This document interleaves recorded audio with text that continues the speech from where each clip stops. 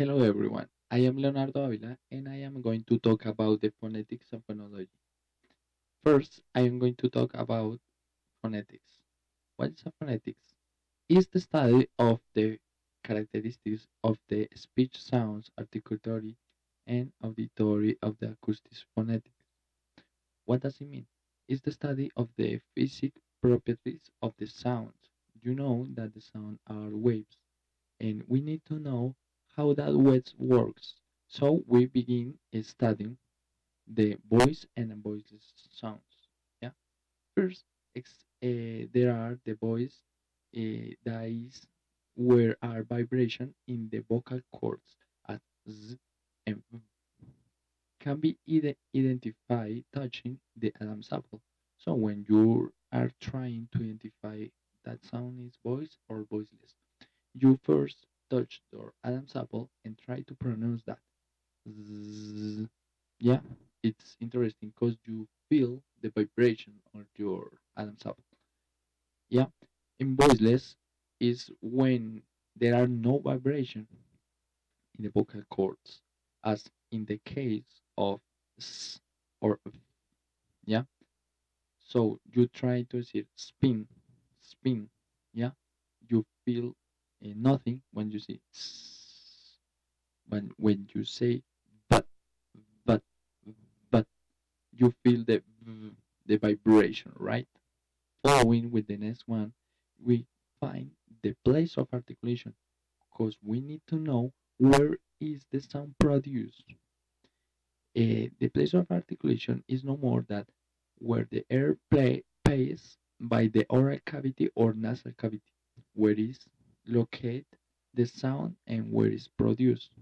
There are the next sounds: dental, labiodental, bilabial, alveolar, postalveolar, palatal, can be known also as hard palate, and velar, known as a soft palate also. And finally, we see the glottal. The next one are the manner of articulation, because we need to know not just where it's produced, we need to know uh, what the forms is produced. Yeah, manner of articulation is the way the airstream is affected as it flows from the lungs and out the nose and mouth. I want everyone to see the next video I have find in internet, and I want to show you. Out the manners of articulation. So here are the manners in which sounds may be articulated. In particular, we're looking at the consonants. So sounds can be articulated with a stop or a blocking of the airflow and then a sudden release. Such sounds are like the p, the b, k, the g, the t, the d, and the glottal stop. Sounds could also be produced by constricting the airflow or making it so constricted, meaning that the airflow passes through a very tight passage so that it creates friction. Such sounds are called fricatives. Examples are f, v, s, z, th, th, sh, and j. Notice one very important difference now between stops and fricatives. Try to say f continuously. Try to say s continuously. S. Try to say now any one of the stops continuously. It doesn't work. So one major difference between a stop and a fricative is that in a fricative the airflow is continuous. So you have a very tight passage where air can go through. And in this tight passage, friction occurs. But nevertheless, the air is not completely blocked. When we look at the stop, on the other hand, the airflow passes through and then is completely blocked. Then all of a sudden the air is completely released and is allowed to continue. The third type is called the affricate. The affricates are only two sounds, ch and the j. Now an affricate, quite simply put, is a mix between a stop and a fricative, meaning that as the sound is produced, at first there is a complete blockage of the air, Alright, complete blockage of the air, just like a stop, and then the passageway is opened, but not all the way. The passageway is open just a little bit to allow air to go through, but since it's such a narrow passage, it will create friction. And so, now it's acting like a fricative. So an affricate starts off as a stop and ends up as a fricative. Even if you notice here in the symbols used, ch, we used a combination of a t, which is a stop, and then a sh, which is a fricative. Likewise here, we started with a d, which is a stop, and then a j, which is a fricative. Now I'm pretty sure you already know what the nasal sounds are, and those are the sounds that are produced by air moving through the nasal cavity. In English we have three sounds, m, n, and the ing sound. So now let's discuss the lateral approximant and the retroflex approximant. Lateral here can be taken to mean the L sound. The retroflex will be the American R sound. Now what do we mean by the word approximant? Let's draw the tongue. Pretend that this is the back and this is the front of the tongue. Usually in the sounds that we discussed before, air passes on top of the tongue out through the end of the mouth. And usually the tongue would be raised up to block the air in several different areas. In an approximant, however, air coming up through or pushing out through our lungs moves up to the oral cavity and then passes through the sides of the tongue, not on top of it. This kind of movement creates an approximant, which can either be lateral, and so we get the L, or retroflex, and so we get the American R. Alright, we're almost done. The last one we're going to talk about is the glides. The glides in English are the W and the inverted W and the Y sound.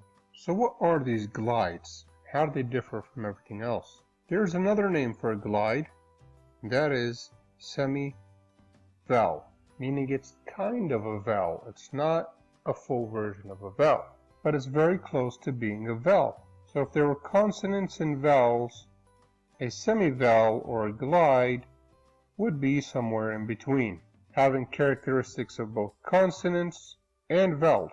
So what characteristic of vowels do glides have? Well, in the next lecture we're going to talk about how we distinguish vowels. We're going to notice that vowels do not have places of articulation, and that's because the airflow passes freely all the way out without being obstructed in any way. Glides also share this same characteristic. So when a glide passes out through our oral cavity, it is not impeded, it is not blocked in any way.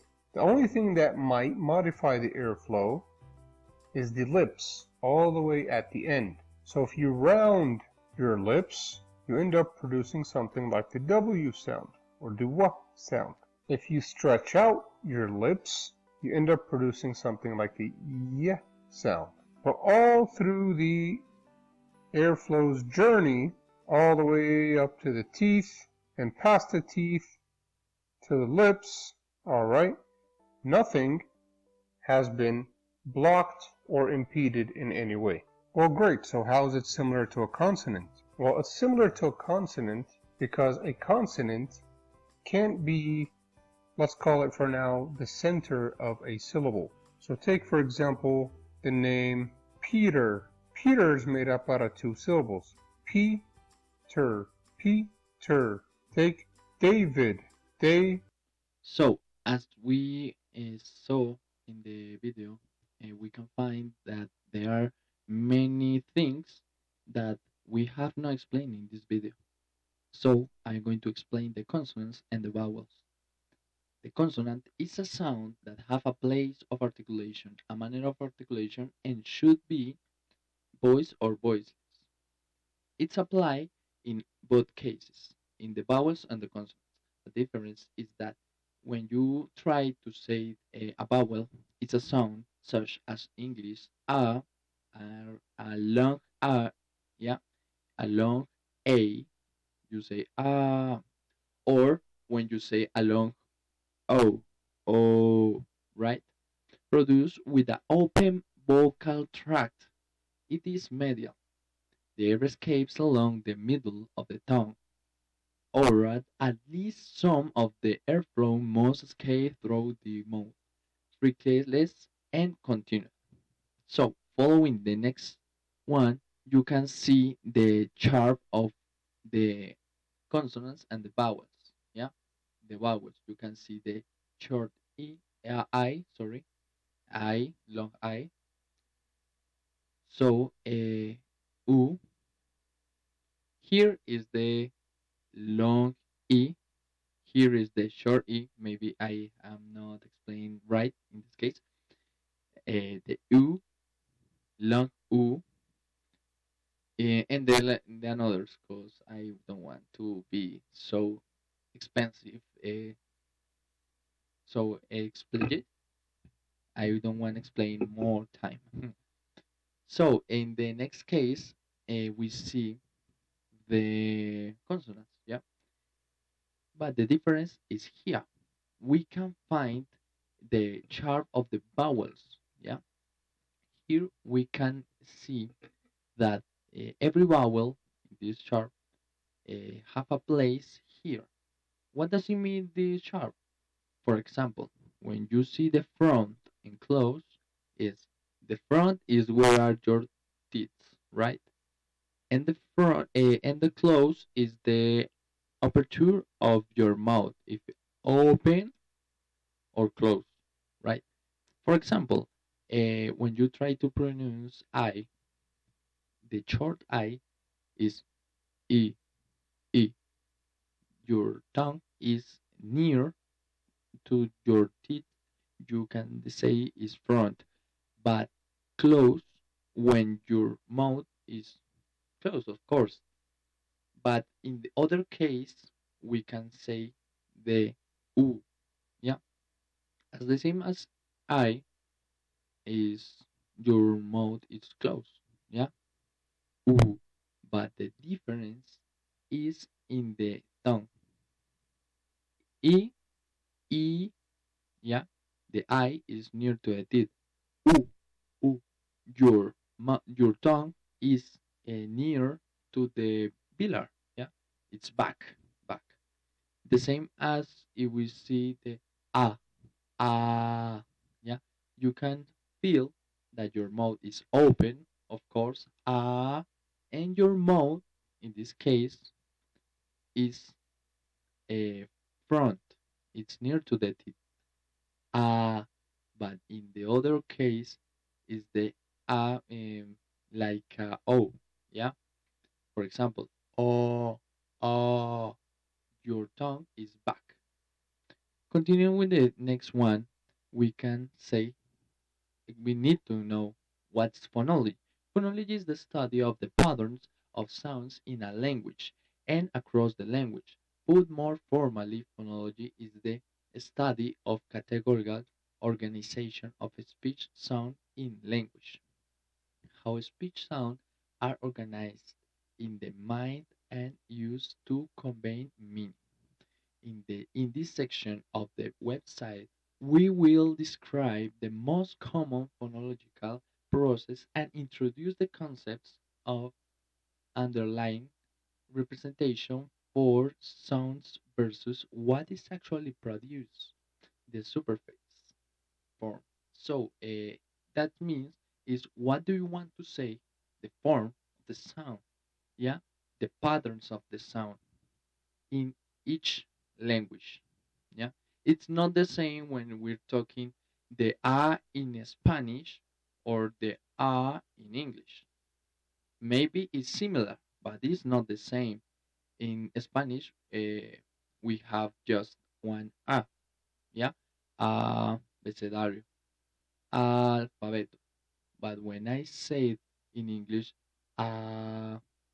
alphabet, the a is different, the a is different, right?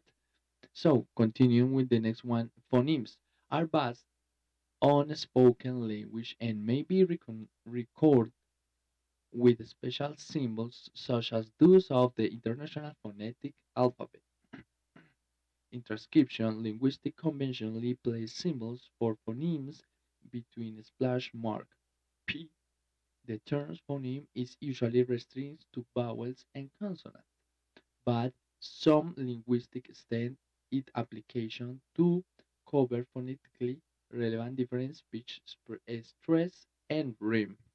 In this case, it's uh, more interesting, was we need to know not just the form of the, in this case we can talk about the consonant or the vowel. Yeah, we need to know the stress. Is it loud or is down? Yeah, it's not the same as I say dog or dog. Yeah, there are stress in some word, frenetically, frenetically, frenetically.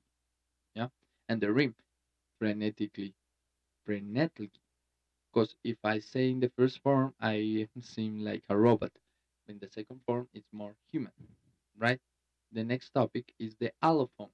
There are some interesting thing about the allophones. I'm going to explain first what is it. One of the phonetically distinct variants of a phoneme, the occurrence of the all allophoneme of sorry, the occurrence of one allophoneme greater that another is usually determined by its position in the word, initial, final, middle, etc., or by its phonetic involvement. So I'm going to explain with a simple example the initial, mid, and final position. What does it mean? We pronounce the P in different forms dependently where is position. Yeah. First, initial. When, for example, pat, you can feel is a plosive sound. Yeah, pat, pat. You can hear the break of the air. Yeah. The next one is following an initial, like spin, spin. Is some spirit, but it's not at all. It's not so plosive as the first one. Yeah. And final is where the P is so soft, cup, cup, cup. The sound final, but is no so plosive. Yeah, pat, spin, cup.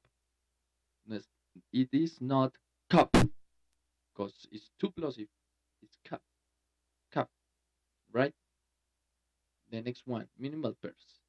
It's a pair of words that vary by only a single sound, usually meaning sounds that may confuse English learners, like the F, like the N in fun and fun, or the E, E, like in desk, disk, desk, disk. Yeah, because if we see the last example, we can infer that are the same, but it's not the same because the E, the first one, that one is yeah, but this one is like a silly E, yeah, or E, E, E, yeah, but it's not a E, right? Desk, disk. Similar but not the same. We must be so careful in these cases. Phonotactics. It restricts the possible sound sequence and syllable structures in a language. It is the possible phoneme combination. In other words, are the rules that govern the combination and ordering of phonemes in a syllable or a word, cluster consonant and vowel sequence. For example, in the cluster consonant is where the syllables are in the same syllable are two or more uh, consonants from different place manners of articulation, place of articulation. Sorry, yeah. And it is some tactics that help you to understand the difference between words, right? Syllables. It's a segment of a speech that consists of a vowel with or without one or more accom- accompanying consonant sound immediately present or following. For example, a, out, to, cup, nap, snap, check. A syllabic consonant, such as the final n sound in the in button and within, also constitutes a syllable, right? And final, we see the co-articulation. Co-articulation. It is the way the brain organizes sequence of vowels and consonants, interweaving the individual movements necessary for each into one smooth whole. In fact, the process applies to all body movement, not just speech, and is part of how Homo sapiens works. Like as you can see in all my video, I always moving, trying to explain something. Is the way that I uh, organize the sequence of the vowels and the consonants. When I say one word, I need to know the rules that it have. As we see before, the stress, yeah, we need to know for each word how to work, and the co-articulation between word and word. The dog is big. The dog is big, right? It's not the dog is big. We need have a rhythm. The dog is big, or the dog is big, right? Is the dog big? It's necessary to understand that. Assimilation, influence of a sound on a neighboring sound so that the two become similar or the same. For example, the Latin prefix in, not, non, appears in the English as il, im, like impossible, right? And er in the words illegal, immoral, impossible, as I told you before. But and P are bilabial consonants. What does it mean bilabial? We have before bilabial. Both lips are working together to make that sound are irresponsible as well as the unassimilate original form in indecent and incompetent. Yeah, with the in. So, elision, omission of a sound, a phoneme in speech. Elision is a common in causal conversation. More specifically, elision may refer to the omission of a unstressed vowel, consonant, or syllable. This omission is often indicated in print by apostrophe. Verb elidi. Etymology is from the Latin to strike out. For example, I am, am, am. I'm trying to short the a, and I put apostrophe and I said am, right? His. I am not saying he is. I'm saying his. I short the e, right? And this is it. Everyone, thank you so much for your attention. And I hope this information should be so uh, helpfully to you. And see you later.